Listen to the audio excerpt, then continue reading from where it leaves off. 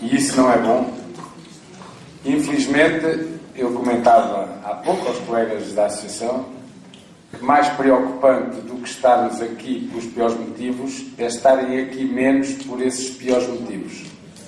Porque este é um momento em que se exige a todos os professores que estejam cada vez mais para que não cheguem quando for tarde.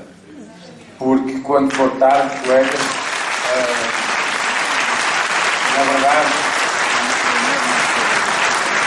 aí podemos nos lamentar, podemos isso tudo, mas já temos pouco a fazer. E este país está a caminhar para um precipício que para muita gente vai tornar tarde fazer seja o que for. Eu queria também dizer que constata-se, confirma-se, há pouco a Júlia falou nisso, que infelizmente cada vez mais somos governados por mentirosos, por gente sem palavra nem honra.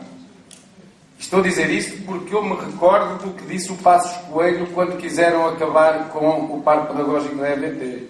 Eu estou a dizer isto porque me lembro do que disse o deputado Emílio Guerreiro contra o projeto da Isabel Alçada. Eu estou a dizer isto porque me lembro do deputado Pedro Duarte, chefe da bancada do PSD para a Educação, de que estava a ser montado um plano enorme de despedimento de professores.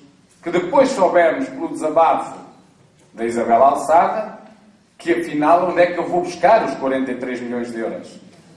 E foram estes que também se opuseram a isso, porque outros opuseram-se e coerentemente mantêm a sua posição, mas estes que se opuseram a isto, que hoje apresentam um projeto que não é para reduzir 43, nem 50, nem 70, mas 102 milhões de euros, o que quer dizer que se preparam para pôr na rua mais do dobro daqueles que estavam para ir. Isso não torna bom aquele projeto. Torna ainda pior aquilo que hoje nós temos em cima da mesa. Eu acho que também é preciso contextualizar isto, percebermos o quadro em que isto tudo está metido.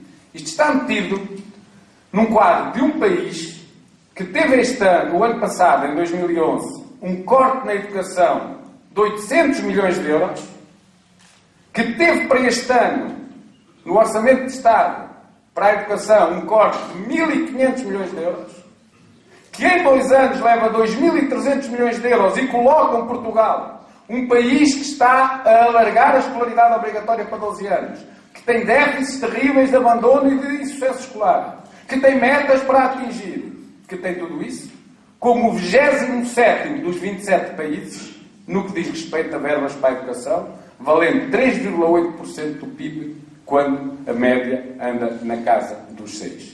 Não há nenhum país que consiga dar a volta com esta forma, com este tipo de verbas, com este valor de verbas disponíveis para a educação, porque não é possível.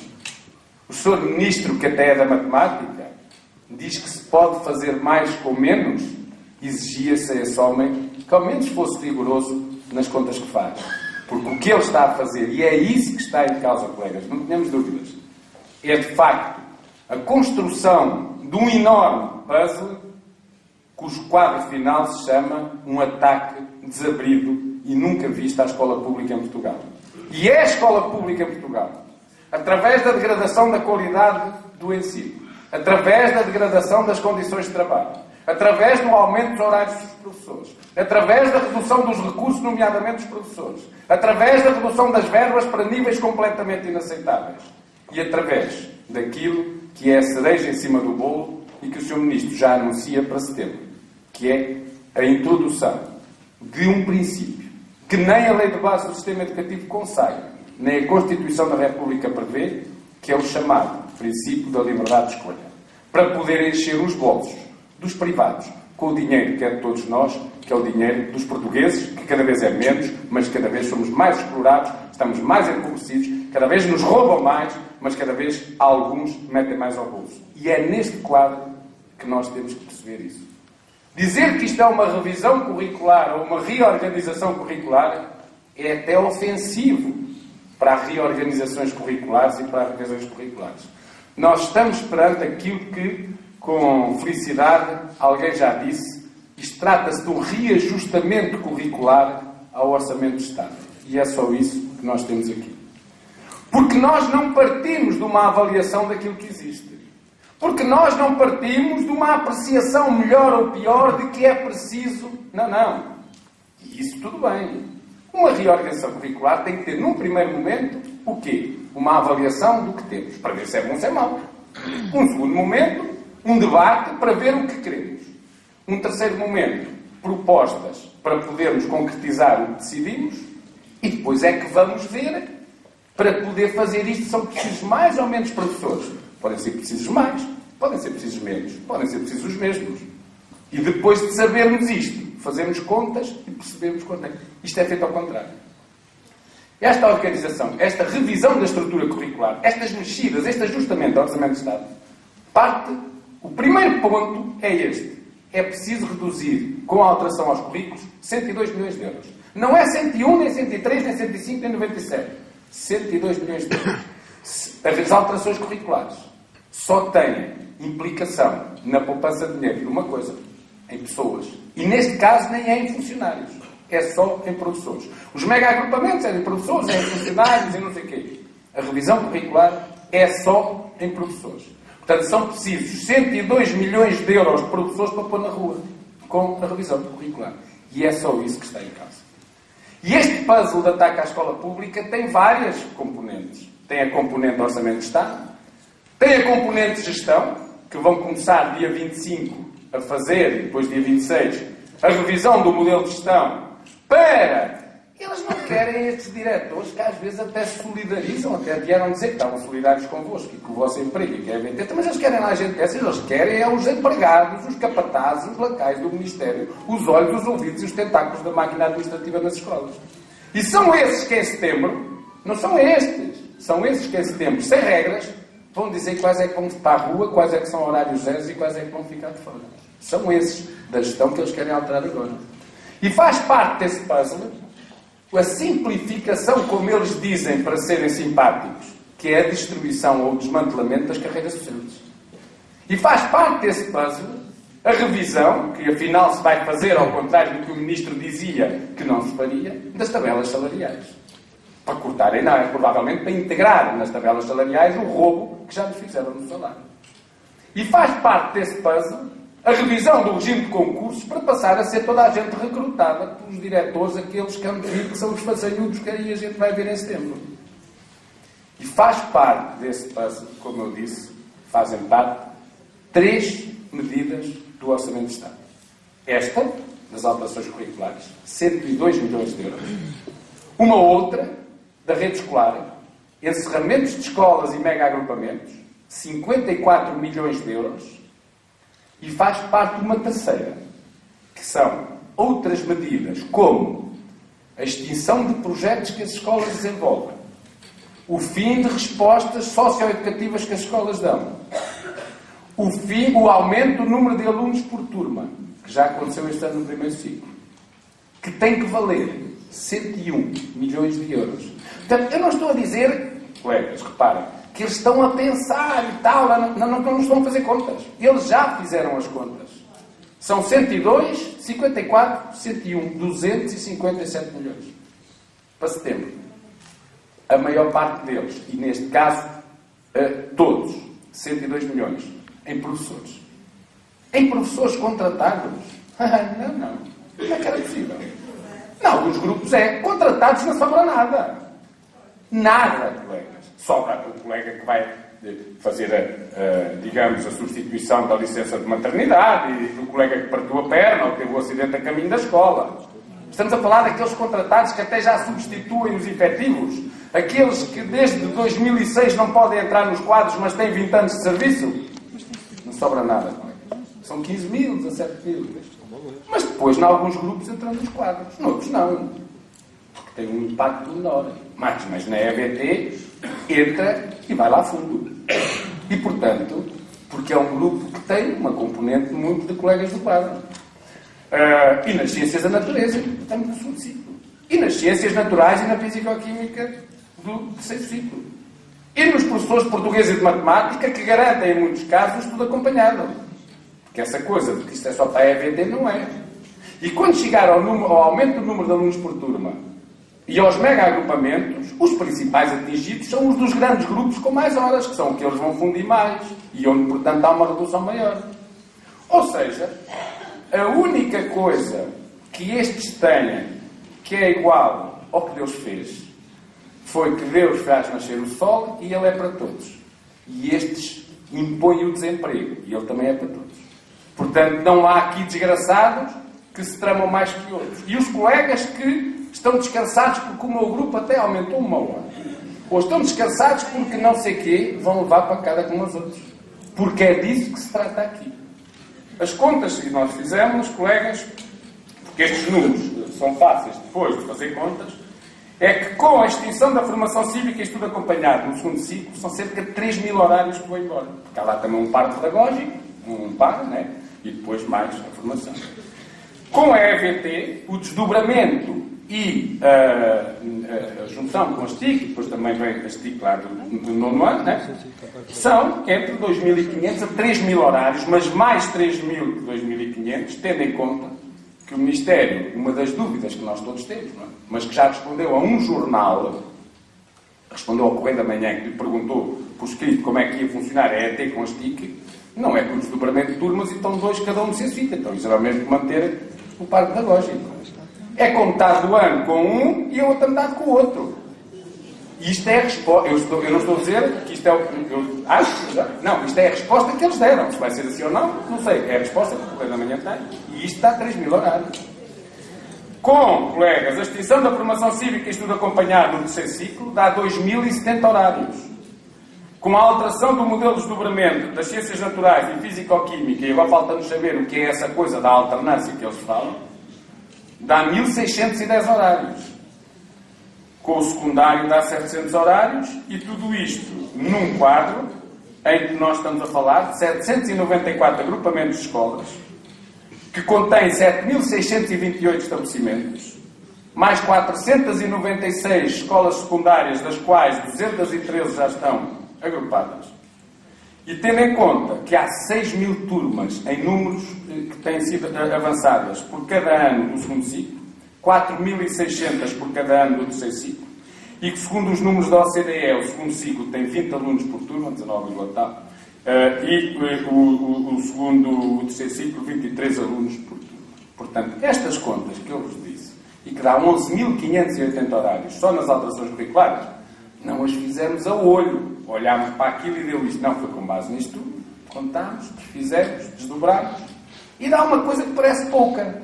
Portanto, estes 11.580 horários podem dar cerca de 10.000 pessoas. E há uma coisa que pode parecer pouco, 10.000 pessoas, e será esse número? Reparem, se nós somarmos os 794 agrupamentos com as 496 secundárias, dá 1.000 e qualquer coisa, 1.000 e pouco. Isto dá uma média, que parece pequenina, dá uma média, afinal, só dá uma média de redução de cerca de 10 horários por escola. O que é isso? 10 horários é pouquinho. Em 1.000 escolas, são 10.000 horários. Bate certo. E depois juntam-se, naturalmente, e 62 milhões de euros dá 10.000 pessoas, 102 milhões de euros. 54 milhões da rede escolar deve dar qualquer coisa como 5.000, e depois mais 101 milhões das outras medidas dá outros 10.000. Falamos aqui de 25.000 horários. Falamos aqui de 20.000 pessoas. Falamos aqui dos contratados todos e muitos do quadro, a quem não sabe o que vai acontecer. Até agora era horário zero. E o que é que vai acontecer a horário zero? Perguntava uma colega. Vai para o primeiro ciclo no agrupamento? Eu não sei, eles têm 1.000 e tal professores no primeiro ciclo com horário zero já. Malta dos QZPs e de não sei o quê. Vai para a mobilidade especial? Pode ir.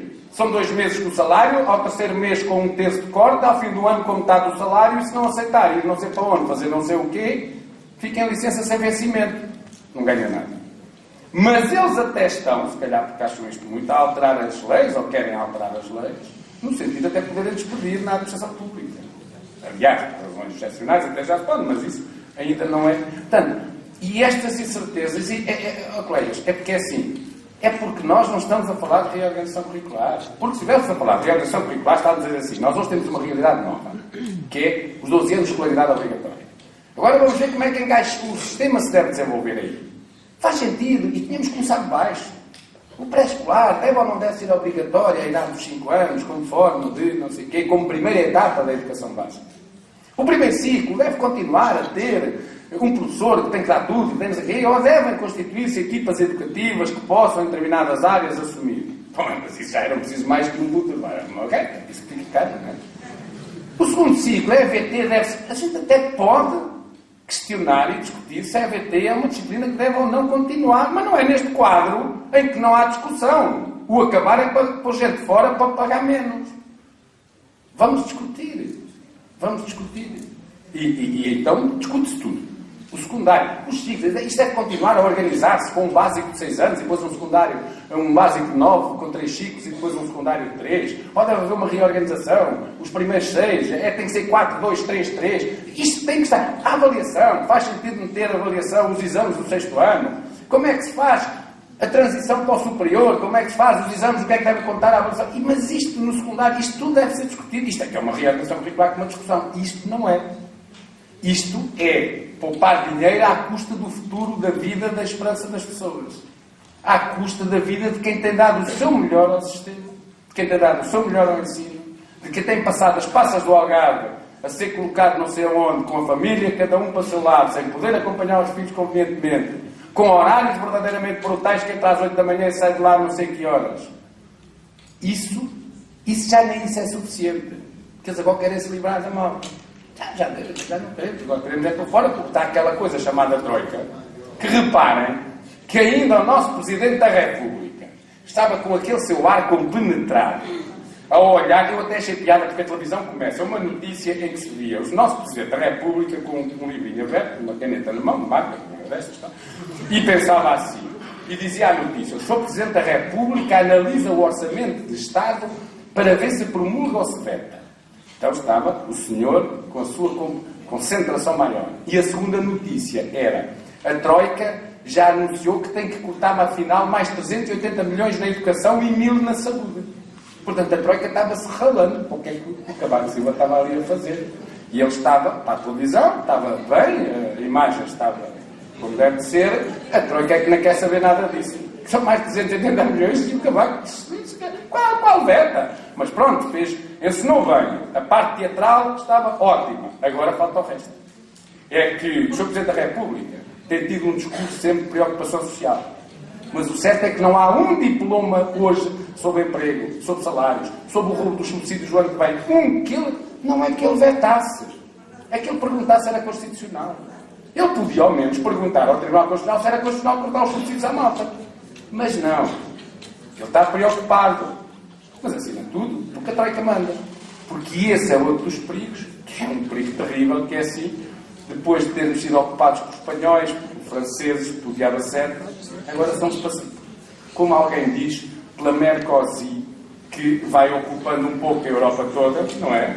E que até aqui é que vem pôr as nossas regras. A Troika diz, o Presidente faz, e o Passos Coelho também faz, e o Portas vai dando umas voltas, que é para verem se não notam que ele também está a fazer, não é? Portanto,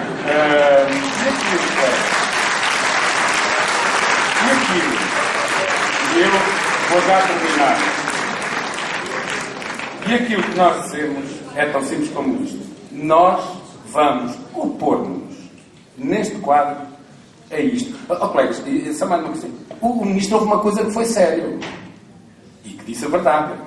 Ele disse assim: isto são alterações cirúrgicas. São, sim, senhor. Porque foram cirúrgicas para ver onde é que podia mexer sem se notar. Por exemplo, os colegas das ciências naturais e da fisicoquímica, quando olham para a proposta, até podiam ficar contentes. Porque veem que atualmente tem 4, 4, 5 nos blocos, não é? De 45, e vão passar a ter 6, 6, 6. Olha, vai aumentar. Mas depois, como acaba com o desdobramento, o que aqui quem olha aumenta, em horários professores reduz. Diminui. Eles foram cirúrgicos. Não deram nas vistas. Aliás, é uma coisa curiosa como o discurso dos nossos governantes sobre a escola e sobre a educação vai variando. Houve uma altura que diziam: a escola tem que ser a tempo inteiro. A tempo inteiro. A gente até estava já a pensar que os meninos iam lá começar a dormir. Eles já lá iam para lá de manhã, já lá comiam, já lá ficavam, só faltava lá dormirem. Né? Pronto. Agora, como interessava resolver as coisas, eu também dizia: os meninos passam muito tempo na escola, temos que aliviar a carga, passam muito tempo. Agora já não é tempo, agora passam muito tempo.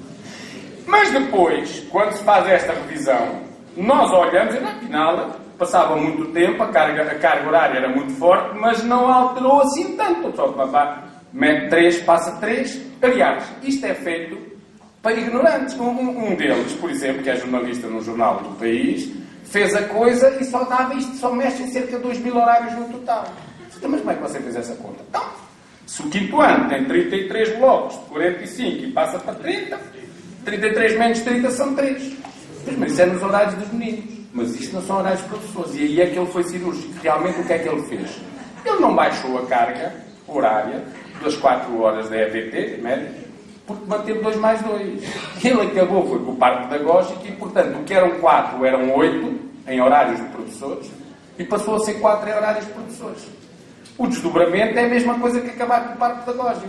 Porque o que a turma, que o professor tinha 2 vezes a mesma turma, você tem toda de uma vez, tem que ter o dobro das turmas.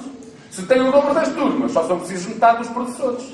É a mesma coisa que acabar com o par pedagógico. Ou seja, ele foi cirúrgico, foi àquelas coisas que não se notam muito e fez com cuidado para não ofender o órgão ao lado, que é como fazem os cirurgiões. E, portanto, isso é o segredo que ele aqui fez. No fim, acaba por conseguir se concretizar isto, pôr na rua não sei quanta gente, e até diz, não, nem mexemos nos horários.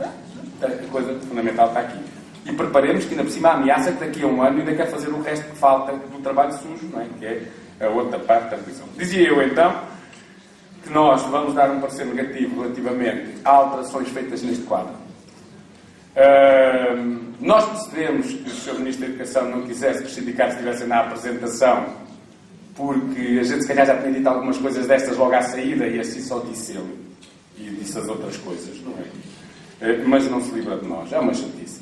Porque vamos dizer à mesma o que pensamos, vamos promover o debate com os colegas, vamos reunir, vamos denunciar como estamos aqui a fazer e ainda tivemos uma vantagem, poupar-nos ter que ir para lá ouvi-lo durante uma manhã. Estão a ver? Não foi mal de todo. E, portanto, aquilo que eu sei é que o que a FEDPROF vai fazer sobre isto? Em primeiro lugar, promover um amplo debate nas escolas. Ontem aprovámos um documento que vamos enviar para as escolas, juntamente com um formulário, não é um formulário, é um papelinho, pronto, tem assim uns retângulos, e pedir aos colegas que nas escolas discutam isto, discutam este projeto. Escrevam o que vos vai na alma, mandem para o Ministério, mandem para nós fazermos o nosso parecer com base no que os colegas assim fizerem. E se nas vossas escolas isto não estiver para ser discutido, porque a malta está menos sensibilizada, não. Mas por discussão temos que discutir, mesmo que não seja com esse papel, não seja com isto, temos que tomar uma posição, a escola tem que tomar uma posição, o departamento tem que tomar uma posição sobre estas coisas. Façam isso, porque é este período de debate. Aliás, há o link, há aqui o mail do Ministério só para isto, para mandarem para lá as posições. Portanto, é lá ir e quantas mais melhor, senão eles vão dizer, olha, as pessoas estão de acordo que afinal até nem mandaram nada. Certo? Pronto. Segundo aspecto, vamos promover em todo o país plenários ou encontros, debates, só sobre esta matéria, unindo os professores dos grupos todos. Não é só para o grupo A, B ou C, porque isto é fundamental que não comecem uns a dizer isto não é nada comigo. Quem quer que se mexa, não é nada comigo, não tem nada a ver com o assunto. Quem quiser, olha, eles que se mexam, que são eles é que vão embora. Não, temos que envolver. Isto é um ataque às pessoas. É um ataque a um setor profissional que são as pessoas e não são só os DBT, não são, pode ter mais reflexos uns que noutros, tem que envolver todos. E dá-nos mais força se envolver todos. Os plenários vão começar já na próxima semana. Portanto, terceiro momento, no dia 25 de janeiro, aliás, o Rodrigues e o pessoal da associação ainda não recebeu, vamos fazer uma reunião, promover, convidar, com todas as associações profissionais e sociedades científicas. E é com todas, não é com cada uma per si, porque senão cada uma vai dizer a sua sensibilidade e algumas, se calhar, estão mesmo. Eu lembro-me dos colegas de outras associações dizer estávamos com tanto medo, mas afinal aquilo não nos toca. Eu lembro, estávamos com tanto medo que acabasse a segunda língua, mas afinal não acaba. E também, olha, o inglês também já toda a gente tem, portanto, ser obrigatório ou não vai dar aumento. E isto não pode ser. Por isso nós decidimos fazer com todas, precisamente para que todas ouçam o que cada uma tem a dizer. Vamos também pedir reuniões com as duas associações de diretores, só sobre esta matéria e também sobre a gestão, com as confederações de pais, aqui nossa amiga Albina Almeida está já convidada, no dia 18, a Assembleia da República, às 9h30 da manhã, tem uma audição pública sobre esta matéria e é preciso lá estarmos os que puderem. para dar opinião, as pessoas podem lá ir, depois inscrevem-se, têm 5 minutos para dizer o que pensam disto tudo, dia 18 deste mês, foi a hora que eles marcaram, portanto vamos estar, e penso que todos querem. Depois, isto não é só de bocas, é também da ação. No dia 11 vai haver, a CGTP marcou, aquilo que quer que seja, tirando os períodos áureos do 25 de Abril, a maior manifestação de sempre dos trabalhadores portugueses, contra estas políticas, esta austeridade, esta roubalhice, para não ser mal educado,